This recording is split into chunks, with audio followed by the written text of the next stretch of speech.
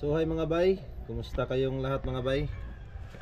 Medyo matagal-tagal din tayo hindi nakapag-upload ng medyo tutorial natin sa ating YouTube. So ngayon mga bay, basic lang yung natin i-upload na video.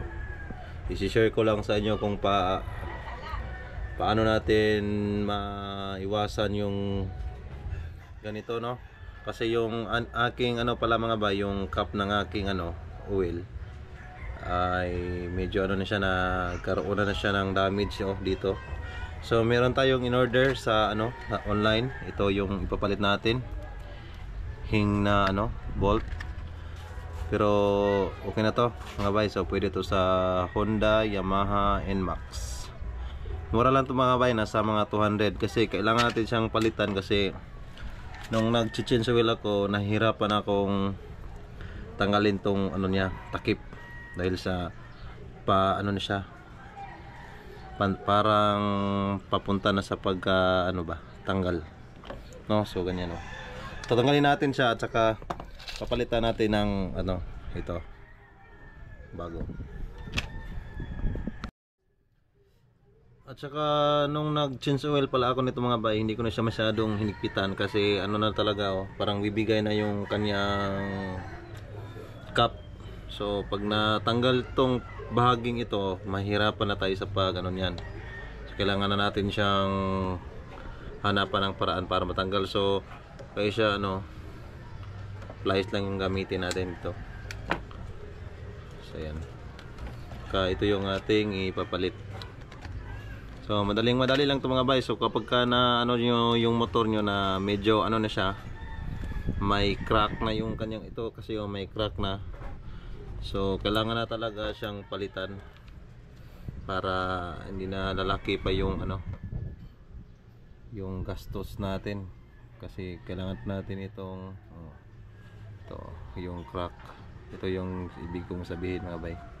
So yung ipapalit natin ay ito, wala siyang mga bay, wala siyang oil seal. So ito yung oil seal na to, yung natin gagamitin, ilagay natin dito para hindi naman matatagas yung kanyang oil.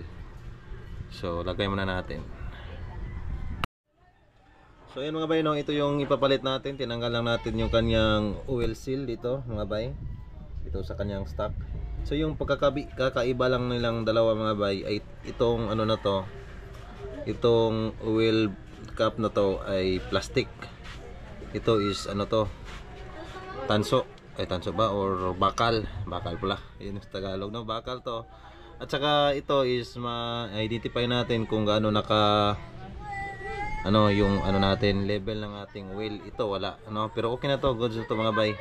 So kailangan na talaga natin siyang palitan kasi alam niyo na ito pag natanggal tong dulo na part, medyo pahirapan talaga kung mag-DIY ka sa pag nito, pag change oil.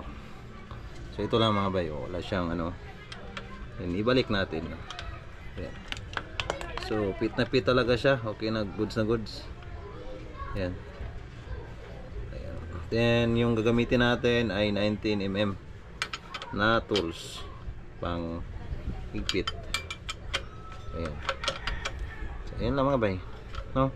So meron to sa mga bay sa online, depende yan kung yung motor nyo. So yung motor ko ay Wave 125. Yan. Medyo luma na tong to modelo, pero okay na to kasi malaking tulong to sa akin papunta sa trabaho. So yan. Palitan na natin ng bago. So ito yung niya, stock pa to mga bay.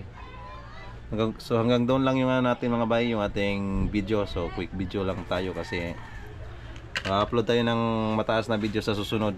Nilagyan ko kasi ito ng speaker. So yan lang. So ingat kayo palagi at God bless sa inyong lahat.